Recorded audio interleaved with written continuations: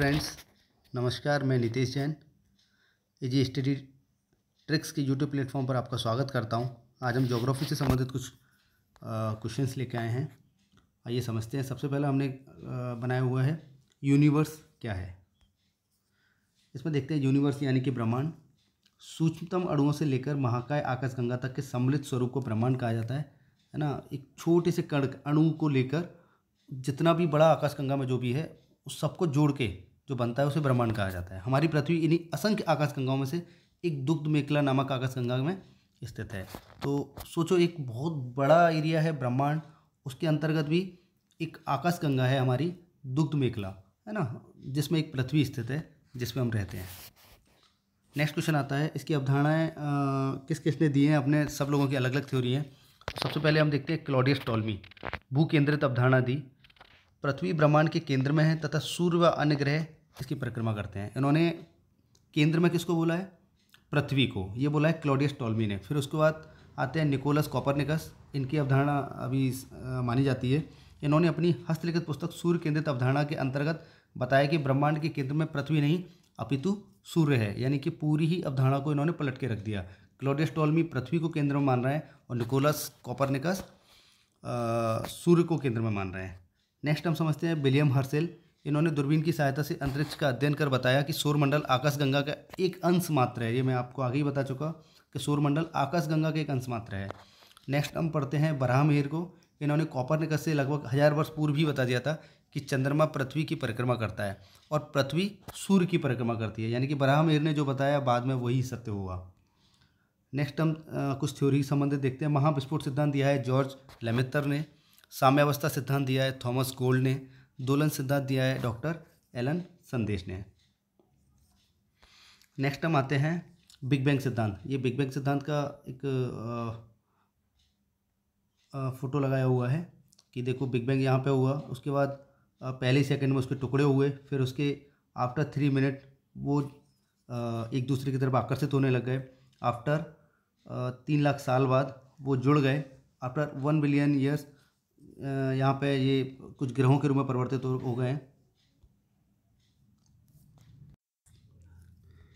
यहाँ पे big bang theory पढ़ रहे हैं हम। बिग बैंग सिद्धांत के अंतर्गत जॉर्ज लेमेत्र ने इस सिद्धांत का प्रतिपादन किया है। सबसे पहले तो किसने बनाया है? तो जॉर्ज लेमेत्र ने। इनके अनुसार ब्रह्मांड लगभग 15 वर्ष पूर्व एक विशालकाय अग्निपिंड था जिसमें अचानक ब्रह्मांडीय विस्फोट के कारण पदार्थों का बिखरा हुआ, जिससे उत्पन्न पदार्थों का समूहन होने से असंख्य पिंडों का निर्माण हुआ। यह प्रक्रिया सतत पुनरावृत्ति से कालांतर में ग्रहों व उपग्रहों का भी निर्माण हुआ है। मैं बताया ना कि सब जुड़ते गए और बाद में ग्रहों का निर्माण वहाँ पे हो जाता है। नेक्स्ट हम पढ़ते हैं सर्न हमें पढ़ने में मिलेगा यूरोपियन आपकी अनुसंधान संगठन। यह कण भौतिकी का विश्व की सबसे बड़ी प्रयोगशाला है जो फ्रांस और स्विट्जरलैंड की सीमा पर जेनेवा में स्थित है। इसकी स्थापना 1954 में हुई थी।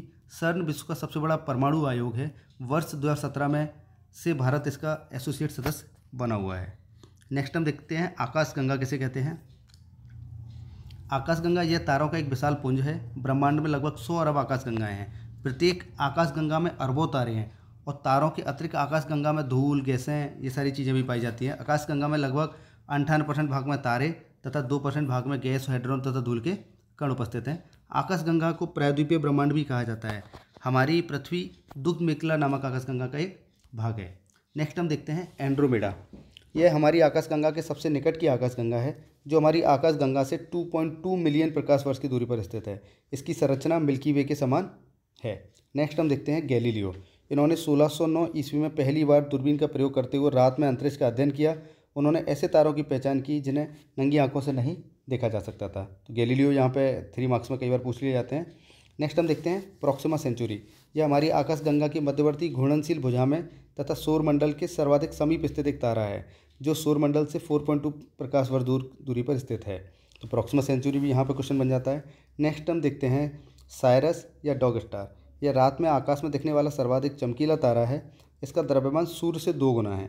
यह सौरमंडल से लगभग 8.6 प्रकाश वर्ष दूर है, जो प्रॉक्सिमा सेंचुरी के बाद सबसे नज़दीक का तारा है। हमने सबसे नज़दीक का देखा 4.2 प्रकाश वर्ष की दूरी पर है प्रॉक्सिमा सेंचुरी।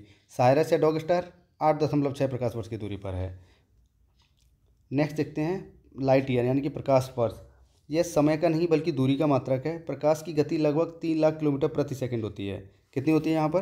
3 लाख किलोमीटर प्रति सेकंड। एक वर्ष में सूर्य का प्रकाश जितनी दूरी तय करता है वह एक प्रकाश वर्ष कहलाती है। यह प्रकाश वर्ष 9.46 इंटू 10⁻12 किलोमीटर के बराबर होता है। नेक्स्ट हम देखते हैं पार्सेक। ये भी एक दूरी है। यह दूरी मापन की सबसे बड़ी इकाई है जिसका मान लगभग 3.26 प्रकाश वर्ष के बराबर होता है। नेक्स्ट हम देखते हैं खगोलीय इकाई। यह पृथ्वी से सूर्य के मध्य की औसत दूरी है। इसका मान लगभग 8 प्रकाश मिनट या 14.96 करोड़ किलोमीटर होता है। ये खगोलीय इकाई कहलाता है। नेक्स्ट हम देखते हैं नासा। संयुक्त राज्य अमेरिका की अंतरिक्ष एजेंसी है जिसकी स्थापना 1958 में की गई थी। इसका मुख्यालय वाशिंगटन डीसी में है। यह इस देश के सार्वजनिक अंतरिक्ष कार्यक्रमों, एरोनॉटिक्स एवं एरोस्पेस रिसर्च के लिए उत्तरदायी है। आशा करता हूँ आपको ये वीडियो पसंद आया होगा। आपको 3 मार्कर यहाँ से काफ़ी कुछ कवर हो जाएंगे। मेंस के लिए बहुत इंपॉर्टेंट टॉपिक है और प्री के लिए भी फैक्चुअल डेटा में यहाँ से मिल पाता है। अगर आपको वीडियो पसंद आया तो प्लीज़ लाइक करें, शेयर करें एंड सब्सक्राइब करें। Thank you.